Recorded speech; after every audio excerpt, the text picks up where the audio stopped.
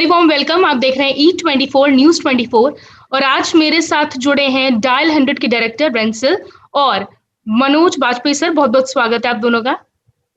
Thank you. Rencil sir, सबसे पहले ये बताइए, आफ्टर सो मच टाइम 20 साल तकरीबन हो गए हैं मनोज बाजपेयी के साथ आपने काम किया था।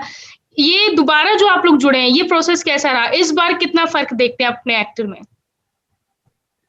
No, I don't think anything has changed. Like I was telling him, he's gotten younger. So that's really a good thing. That's I don't know how he does it, but he does it. Good for him. His career is going to last very much longer, and we are all very happy because of it. Rahi baat, direction ki, I think I always wanted to direct him. I didn't have the right script. Finally, I got Dial 100 and I sent it to him, and very sweetly he said yes in some 24 hours. So that really gave me the feeling that matlab this script, if Manoj is saying good and he's ready to do it, then I have something. So it really boosted my confidence. अच्छा Manoj sir, वैसे sir ने सही बोला, आप दिन पर दिन उम्र के साथ आप जवान होते जा रहे हैं और ज्यादा हैंडसम लग रहे हैं। क्या राज है इसके पीछे का? अब ये बड़ी शर्म वाली स्थिति है कि मैं इसका जवाब क्या दूं। नहीं, सबसे पहले तो धन्यवाद आपका, और खास करके एक महिला बोल रही है तो और भी अच्छा लग रहा है। वाकई सच में फैन हैं हम आपके। Thank you Ashwini, thank you very much. रेंसिल जानते हैं कि मैं बहुत ही डिसिप्लिन आदमी हूँ। I think it may be it's all because of that. Nothing extra tablet that I'm taking, which is making me look fit. It's just the lifestyle that I lead. That's all. अच्छा ये बताइए, इस बार आपने इस कहानी में ऐसा क्या देखा था कि आपने सोचा कि मुझे इसका हिस्सा बनना ही है? नहीं, एक ऐसा थ्रिलर जो सिर्फ थ्रिलर नहीं है, बहुत सारी और चीजों के बारे में बात करता है। एक मिडिल क्लास परिवार के बारे में बात करता है, और उस परिवार में बड़े हो रहे बच्चे के सामने जो खतरे हैं, और वो बच्चा, उस बच्चे को संभालने के लिए माँ बाप किस तरह से लगे रहते हैं ताकि वो खतरे की तरफ ना बढ़े, उसके बारे में भी है। एक बहुत बड़ा मेनेस, एक बहुत बड़ा सामाजिक जो बुराई है, वो कैसे इन बच्चों के लिए खतरा बना हुआ है आज के समय में, इन सब के बारे में बात करता है। ये बहुत ही टॉपिकल थ्रिलर है, इस मामले में बहुत ही इमोशनल है। ये film edge of the seat है, थ्रिलर है, बिल्कुल सही बात है, और ट्रेलर में जो देखा है आपने उसी तरीके से। लेकिन एक बहुत बड़ी प्रॉब्लम के बारे में बात करता है, जिससे कि माँ बाप जूझ रहे हैं। राइट। रेंसिल सर, जैसे आपने अभी बताया था कि आप एक सही स्क्रिप्ट का इंतजार कर रहे थे मनोज सर को कास्ट करने के लिए। ये स्क्रिप्ट किस तरह से तैयार हुई? क्या ये रेलेवेंट है? क्या ये रियल लाइफ से इंस्पायर्ड है? ये स्क्रिप्ट आपके दिमाग में कब आई? हाँ, रियल लाइफ से तो इंस्पायर्ड है, and there was an incident that happened. See, I am from advertising. तो करीब 20 साल पहले, I think I was a creative writer in an ad agency, and one night I got a call from a writer. Achha. And he was trying to meet me for a long time, I think for a month or so, and I was traveling or something, I couldn't meet him. And not only me, he was going around with his portfolio to many places, and he was facing rejection. So us raat he was, really drunk, and he was when the line got transferred from the reception to me, he was completely very vulnerable, drunk, angry, and he said, "मतलब कैसे लोग हैं आप लोग? You don't even have respect for other writers. आप खुद एक writer हैं, and you don't, you don't value others." I said, "See, I don't know you. Come meet me tomorrow," because I could sense something was wrong. And he said, "नहीं, अभी मिलने की कोई जरूरत नहीं है. I'm going to burn all my work. As I'm talking to you, I'm burning my work. Or when the last bit of my poetry is burned, I'm going to die. I'm going to kill myself." So I panicked, and I immediately said, "No, don't do this." Like any one of us would say, "Don't do this, yeah, wo, no." But he put the phone down on me, and this is before cell phones. So and internet, so I couldn't find out, where he was. Next day I bought all the papers and found out, matlab, is anyone, killed himself. Of course, you never know. Hopefully I don't do anything. Matlab, you were just drunk. But that stayed in my mind for 20 years, this incident. Okay? The most dramatic thing that can happen is not action sequences. It is not, it's just telling someone, don't kill yourself. Please don't jump. Please don't, don't immolate yourself. So I thought that is a very potent place for a thriller. And that's how last year, when I think the pandemic, people were going through depression, isolation, it came back to me and I wrote it. अच्छा Manoj sir, ये जो character आप play कर रहे हैं, इस बार corp का character play कर रहे हैं, इसके लिए कुछ प्रिपरेशंस की आपने?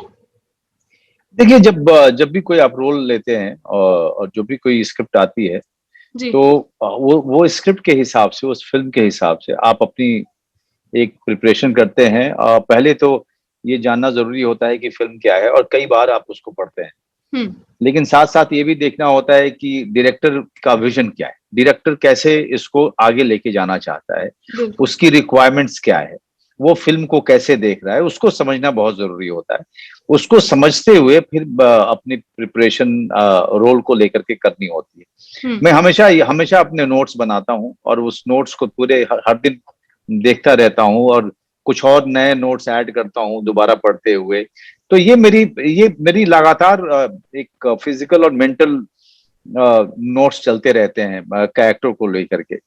और जब शूटिंग का समय आता है तो करके देखता हूँ कि क्या ये जो मैंने बनाए थे वो करने में सही लग रहा है कि नहीं है। क्योंकि एक तो होता है कि आप पेपर पे पेन से लिख रहे होते हैं, लेकिन जब करने जाते हैं तो बहुत सारी चीजें आपको हटानी पड़ती हैं, बहुत सारी नई चीजें उसमें डालनी पड़ती हैं। वो तभी मुमकिन हो पाता है अगर आप डायरेक्टर्स को विजन को जानते हो और स्क्रिप्ट आपको पूरे तरीके से बैकवर्ड याद हो।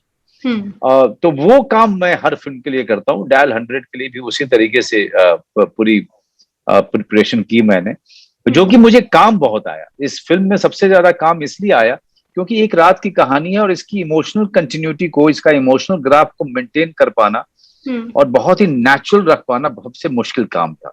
क्योंकि कभी सीन नंबर 20 हो रहा है, ठीक उसके बाद सीन नंबर 30 हो रहा है, फिर उसके बाद सीन नंबर 40 हो रहा है, फिर उसके तो इसमें एक रात की कहानी में जब इस तरह से शूटिंग चल रही है, उसमें इमोशनल ग्राफ को बनाए रखना सबसे मुश्किल काम होता है। Unless you have gone through the script as many times as possible and you have made your own notes. Right. Sir वैसे सुना है कि आपकी फीस भी बढ़ गई है? ये सब लोग बात कर रहे हैं, मैं देख रहा हूँ यार। ये अब मेरे फीस बढ़ने से लोगों को दुखी हैं या बहुत खुशी है सर, बहुत खुशी है।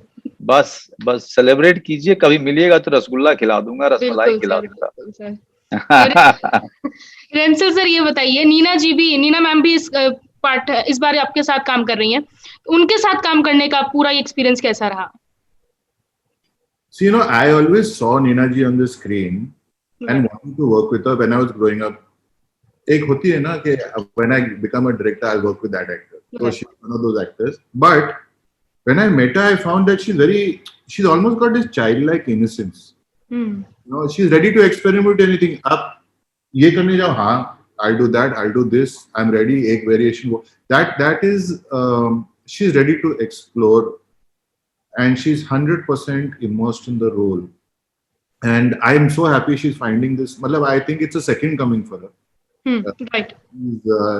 She's going through such a great patch. And it was anti-casting because Neena ji, no one will think of Neena ji as Seema Pallab. बिल्कुल नहीं, हाँ। आप सोच भी नहीं सकेंगे कि this is the role that we should give Neena ji. And it really has paid off because like I always say, Manoj and Sakshi to that's there, but Neena ji is the what should I say, the linchpin. She is the thing that people will find new in the film, and in a strange way, this is what is a great attraction for her also to do a role.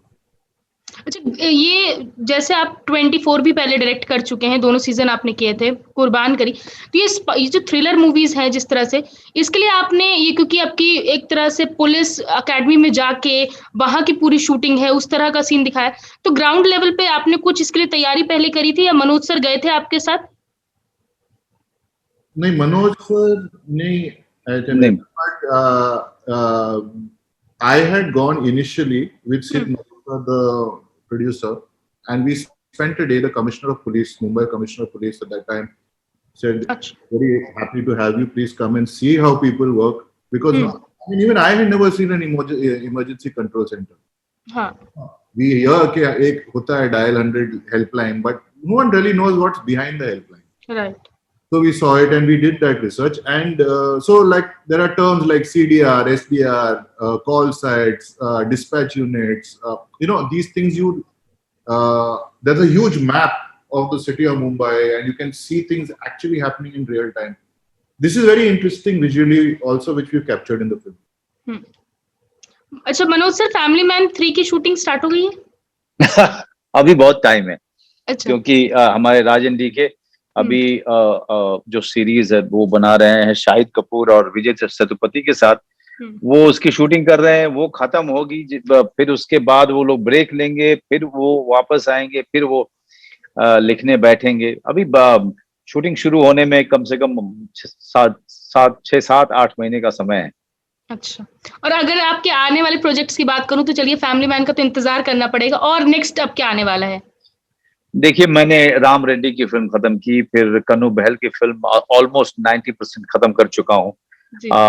अभी मैं dial 100 के promotion के बाद अभिषेक चौबे का जो project है उसके लिए मैं अब प्रिपरेशन मोड में जाऊंगा। वो अगस्त एंड से उसकी शूटिंग शुरू होगी, जो कि 3 महीने चलेगी, 2.5-3 महीने। ऐसे ही एक एक करके बहुत सारी जो प्रोजेक्ट्स हैं, मेरे बैकलॉग भी हैं, उसमें से बहुत सारे, सबको धीरे धीरे खत्म करते करते मुझे मई जून हो जाएगा अगले साल का।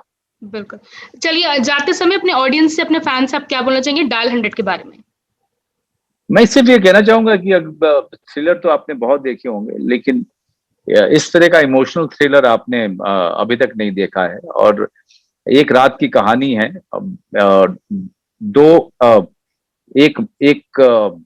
एक माँ जो दुखी है, और एक बाप जो अपने परिवार की केयर नहीं करता है। दोनों के बीच में एक जिसे कहें सैद्धांतिक लड़ाई है, और उसको एक नए नजरिए से देखना है तो डायल 100 जरूर देखिएगा, क्योंकि ऐसा थ्रिलर जो है अभी हाल फिलहाल में हिंदुस्तान में तो आया नहीं है। तो जरूर देखिए 6 तारीख को ZEE5 पे। चलिए, thank you so much sir हमसे बात करने के लिए। Thank you Ashwin, thank you. अगर आपको हमारा ये वीडियो पसंद आया हो तो इसे लाइक और शेयर जरूर करें, और हाँ, हमें सब्सक्राइब और फॉलो करना ना भूलें, ताकि आप एंटरटेनमेंट की कोई भी खबर मिस ना करें। चाहे बॉलीवुड और टीवी इंडस्ट्री की कोई बिग न्यूज हो, या हो स्टार्स का लाइफस्टाइल, बी टाउन की कोई पार्टी हो, या हो सेलिब्रिटीज की डेटिंग, फिल्म और टीवी जगत की कोई गॉसिप हो, या हो कंट्रोवर्सी, हर वीडियो मिलेगा E24 पर। तो फिर धमाकेदार एंटरटेनमेंट के लिए बने रहिए हमारे साथ और देखते रहिए E24।